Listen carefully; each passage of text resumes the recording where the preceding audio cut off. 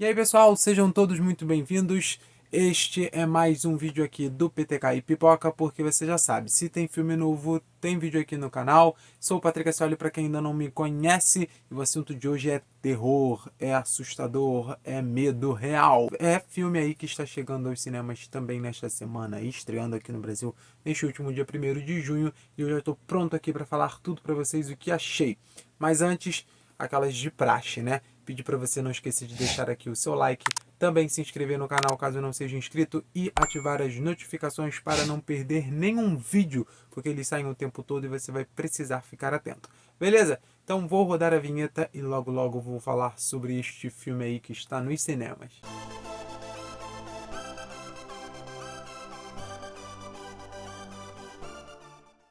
Muito bem, estamos aí mais uma vez chegando com um filme de terror chamado aí The Boogeyman, Seu Medo é Real, filme aí baseado no livro do Stephen King. Este livro aqui, ó, ele é um conto, né? Esse livro é uma coletânea de contos e ele é este conto aqui chamado aqui no Brasil de O Bicho Papão, né? Que aí é o Boogeyman. Este filme tinha sido pensado aí, né, pela 20th Century Studios, né, esse estúdio aí que faz parte do guarda-chuva da Disney, de ser um original Hulu. Ele seria lançado no Hulu lá nos Estados Unidos e no Star Plus no resto dos países, mas aí por algum motivo, né, que eu já acredito saber aqui, eles decidiram que este filme estava bom o suficiente para ir ao cinema, que poderia render algum dinheiro de bilheteria. Ele custou bem pouquinho para ser produzido, então poderia render um dinheirinho fácil assim como os bons filmes de terror fazem.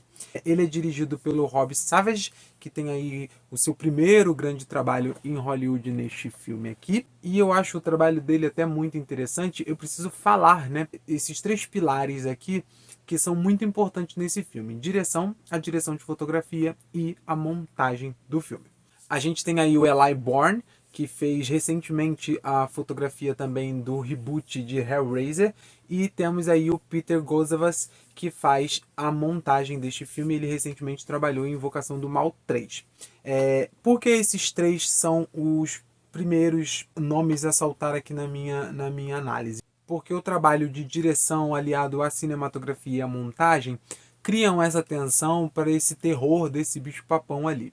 O diretor consegue posicionar bem o seu elenco, consegue criar esse clima de tensão ali na forma em que ele dirige este filme, né? Você cria uma falta de diálogo com essa família, né? O roteiro vai indicando isso também muito bem para você, mas a direção delimita isso muito bem. Essa família que acabou de perder uma mãe, esse pai que não se comunica com essa filha, uma filha adolescente ali no ensino médio, uma outra criança, e aí fica aquela confusão, uma confusão silenciosa ali, porque eles se esbarram muito, eles acabam se atropelando, eles não sabem se comunicar, eles passaram por um evento traumático, cada um está passando essa situação de uma forma e eles não conseguem entrar num consenso. O elenco vai muito bem, assim. A gente tem a Vivian Lyra Blair, que recentemente a gente viu brilhantemente aí fazendo a Princesa Leia na série de Obi-Wan Kenobi, e ela traz aqui, né, aquela criança que a gente sempre espera daqueles bons filmes de terror clássico. A gente tem uma criança que está atormentada ali, só que neste filme a gente tem realmente o pai também ali lidando com esse tormento da perda dessa esposa, de não conseguir falar com a filha. A gente tem essa irmã mais velha também entrando nessa catarse,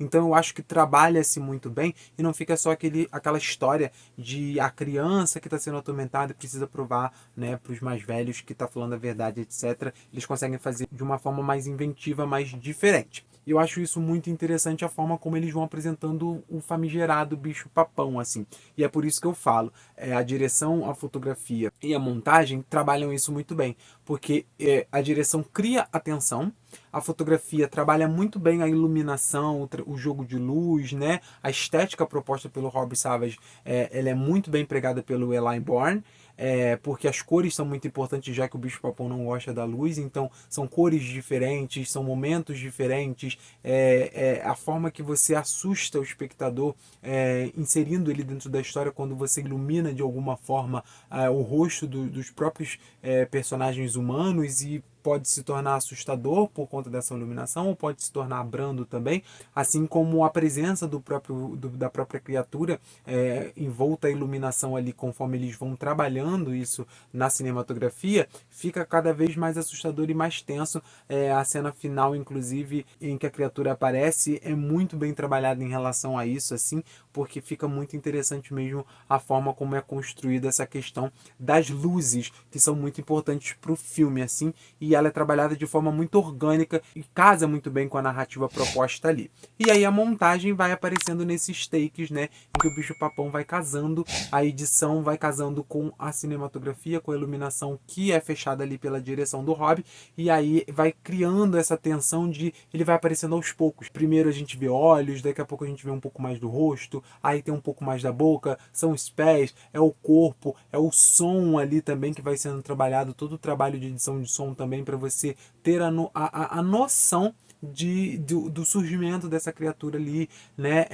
Aí a direção emprega muito bem isso numa frecha de porta que vai se abrindo, num vulto que vai passando muito no escuro, mas tem um pequeno ponto de luz, né? De uma luz de celular ou de TV que ilumina muito pouco ao longe, mas que o ilumina o suficiente para você ver aquela criatura passar, e tudo isso vai construindo essa tensão. E quando a gente tem essa narrativa em que temos essa família que não está conseguindo se comunicar, que não está conseguindo mais se entender como família, o fato de eles não conseguirem dialogar e não se entender acaba criando também essa falta de entendimento no público em relação ao que está acontecendo ali. Porque eles não só não conseguem se comunicar, também como o que está assombrando eles ali também para eles é desconhecido. E acaba tornando isso pra gente. Eu acho que a forma que ele constrói o filme e a forma que ele termina o filme principalmente para quem gosta e quem lê as histórias do King, principalmente as suas histórias curtas, é muito coerente assim. Eu gosto desses filmes que você sabe, você vivencia, né, como espectador, o que o personagem sabe, o que o personagem vivencia. O que ele não descobre, o que ele não vivencia, você também não descobre. Eu acho isso muito legal quando o filme é bem construído. E ele é bem construído aqui. Claro que ele não foge dos clichês, dos jump scare, dessas coisas que a gente comumente vê em filmes de terror. Mas eu acho que hoje, em pleno 2023, aí, com o cinema já há anos e anos fazendo filmes de todos os tipos de gênero, eu acho que não tem como você fugir de algumas receitas. Mas eu acho que você sempre pode dar um toque diferente para você fazer aquela mesma receita, mas com alguma coisa a mais. E eu acho que esse filme consegue fazer isso. Ele consegue construir um bom filme de terror, diferente, mais voltado pro tempo atual, um filme de terror mais moderno, que abraça, obviamente, as suas estruturas narrativas comuns, né, de filmes de terror, mas que consegue dar ali um tempero, um quê diferente. Porque eu acho que a tensão, que a situação ali que acontece é interessante, é bem construída e casa bem com a mitologia, com a proposta que é dada ali. Eu acho que não vai ser para todo mundo, acho que muita gente provavelmente não vai gostar, vai querer mais algumas respostas, vai achar algumas coisas clichês demais, vai achar o final provavelmente muito piegas assim, mas eu acho que a gente não precisa mais de um filme de terror tão cabeça, tão inventivo, que às vezes acaba dando com os burros na água e não funciona. Eu acho que esse funciona, eu acho que ele propõe isso, de você abraçar essa ideia dessa família que está meio desestruturada ali, você ter uma criatura que cresce ali a partir disso, e a forma que eles precisam se unir de certa forma ali para poder encarar aquilo ali. É uma grande metáfora o que eles estão passando também, né? Cria-se ali uma grande alegoria como entretenimento e para dar uns bons sustos no público. Eu acho que funciona assim. Ele propõe ser isso mesmo, ele cumpre isso de uma forma bem diferente, assim, uma forma bem inventiva, inovadora, não ao ponto de reinventar o gênero, né, mudar paradigmas e coisas assim, mas pelo menos de ir um pouquinho fora da curva, assim, em criar um trabalho mais artístico visualmente, que case muito bem com o roteiro. Eu acho que são poucos os filmes de terror que conseguem ter um roteiro coerente e casar os aspectos técnicos dentro desse roteiro para criar um clima ali para quem está assistindo, e esse aqui consegue fazer isso. Então é isso, ó, o vídeo de hoje já vai ficando por aqui. Eu espero realmente que vocês tenham gostado. Se você já assistiu o filme, deixa aí nos comentários o que você achou.